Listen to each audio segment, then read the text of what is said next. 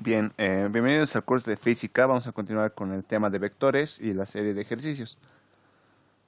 Tres fuerzas coplanarias F1, F2 y F3 jalan un bloque que se encuentra en un plano horizontal. ¿Cuál es el mínimo valor de la fuerza F2 si F3 es 50 newtons? Bien, aquí tenemos un ejemplo. En este caso, este es el diagrama de lo que nos estaría pidiendo el ejercicio.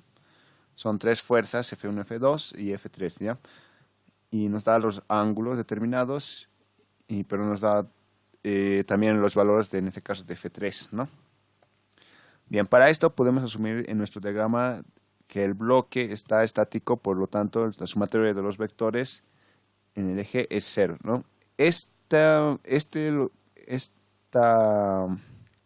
condición que estamos asumiendo de 0 es justamente para identificar cuál sería la fuerza mínima para determinar que se va a mover el bloque. ¿Ya? Entonces, en cualquier caso, si quieren hallar una fuerza mínima, siempre tienen que igualar a 0 todas las fuerzas que estarían ejerciendo en un determinado cuerpo para saber cuál sería la fuerza mínima. Porque si un poquito más pasa de esta fuerza, ya se movería el cuerpo en una dirección relacionada a la sumatoria de los vectores. Entonces, en el mismo ejemplo vamos a hacer lo siguiente. Para este caso vamos a usar la descomposición de vectores, ¿ya? Usamos la descomposición de vectores ¿para qué? Para poder determinar cómo afecta tanto una componente en el eje Y o componente en el eje X de la fuerza 1 a los otros vectores. Pero para esto tendríamos que tener todos los vectores en un solo tipo de eje. Como decía, verán, el F1 no se encuentra ni en X ni en Y, lo mismo para F2. Entonces lo descomponemos ¿para qué? Para que estas componentes ya sabemos nosotros que estarían tanto en el eje X o en el eje Y. Entonces de esa manera podremos saber qué tanto aportan o no en lo que es en el eje Y esa fuerza y en el eje X también. Bien, entonces para eso se hace la descomposición. Sumatoria de fuerzas es igual a 0. Esa es la condición para indicar que la fuerza, en este caso, que la fuerza de 2 sea mínima, nos dice, ¿no? Por lo tanto, fuerza 1 en Y más fuerza 2 en Y menos fuerza 3 tiene que ser igual a 0. Y sabemos que fuerza 3 es 50 newtons. Se dan cuenta que fuerza 3 ya estaba dentro de un eje, ¿no? Que era el eje Y. Entonces ya tenemos el dato de cuánto vale en el eje Y. Fuerza 1 en Y, fuerza 2 en Y es la que los tendríamos que igual, en este caso, adicionar, ¿no? Pero sabríamos que fuerza 1 en Y más fuerza 2 en Y tendría que ser igual a 50, ¿no? Por si acaso, los signos también son muy importantes en los vectores. Si se dan de cuenta, esos tienen signo positivo, ¿ya? Y el único que tiene signo negativo es fuerza 3. ¿Esto debido a qué? A la dirección de la fuerza. Como podemos ver acá, esto está yendo a la dirección, en este caso vamos a decir que el eje positivo va a ser Y arriba y Y abajo va a ser el eje negativo, ¿ya? Vamos a considerar esto. Entonces, esta va a ser una fuerza positiva en Y, esta igual va a ser una fuerza positiva en Y, y esta que está yendo en sentido contrario sería una fuerza negativa. Lo mismo voy a hacer para este caso.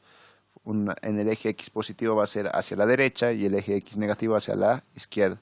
Por lo tanto, tendríamos que estas dos fuerzas esta sería la negativa y esta sería la positiva. De ahí estaríamos tomando en cuenta estos signos que estoy poniendo más, más y menos, ¿ya? Como sabemos que tiene que ser igual a 0 la sumatoria de fuerza, entonces por eso le hemos igualado a 0 y estaríamos obteniendo esta ecuación que está acá. Para el siguiente, ¿cómo asumimos que el bloque está estático? Entonces F1Y y tiene que ser igual a F2Y. Y lo que buscamos es F2Y reemplazando en la sumatoria de las fuerzas que F1Y en las fuerzas F1Y, por lo tanto quedaría de la siguiente manera. Que F2Y más, en este caso, tendrían que ser iguales, ¿no? Nos dice que tendrían que ser iguales. Entonces, esto lo estoy reemplazando en vez de un F1Y y tendríamos esto, ¿no? En vez de F1Y estaría reemplazando F2Y. Entonces, tendría que 2 veces F2Y sería igual a 50. Por lo tanto, F2Y tendría que ser igual a 25, ¿no? Esa era una condición también del ejercicio que nos dice que las fuerzas tienen que ser iguales, ¿no? Por lo tanto, F2y había sido igual a 25, ¿no? Y para ambos ángulos formados por los vectores F1 y F2, en este caso al ser iguales, también formarían el mismo ángulo, que sería 30 grados, con la horizontal, dándonos lo siguiente, ¿no? Que alfa igual es 30 grados. Por lo tanto, de eso, con estos datos podemos hacer el uso de funciones tangente, ya que tenemos el ángulo y una componente del vector F2, por lo tanto la tangente sería igual a ¿qué?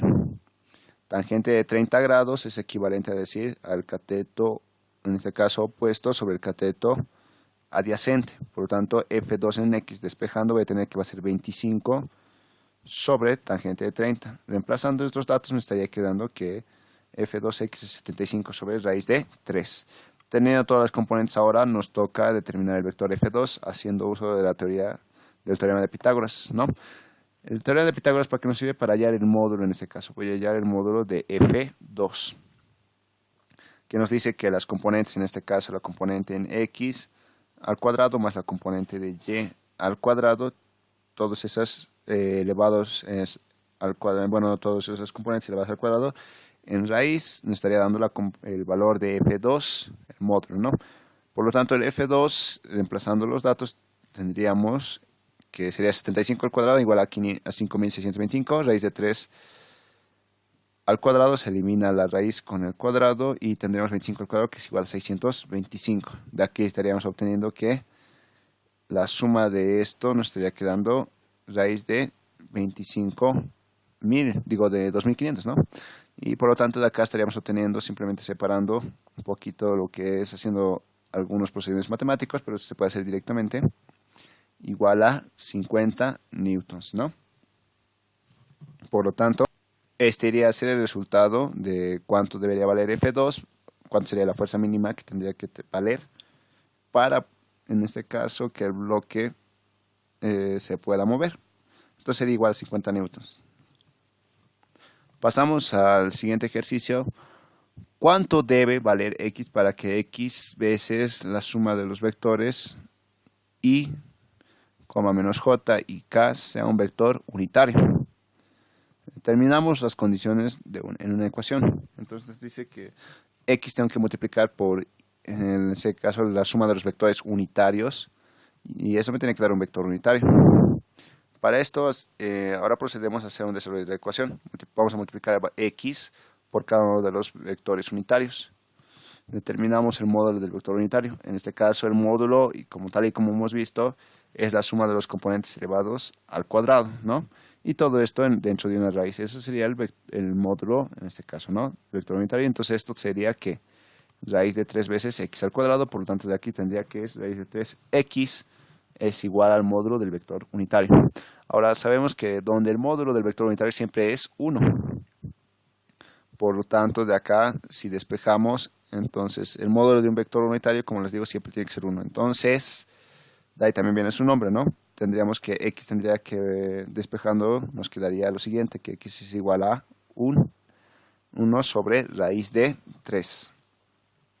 Ahora, si a esto le aplicamos la propiedad de radicación, tendríamos simplemente la multiplicación, ¿no? La propiedad de radicación es de la siguiente manera. Simplemente multiplicamos por raíz de 3 y raíz de 3 arriba en el numerador y en el denominador para que se multipliquen estos dos.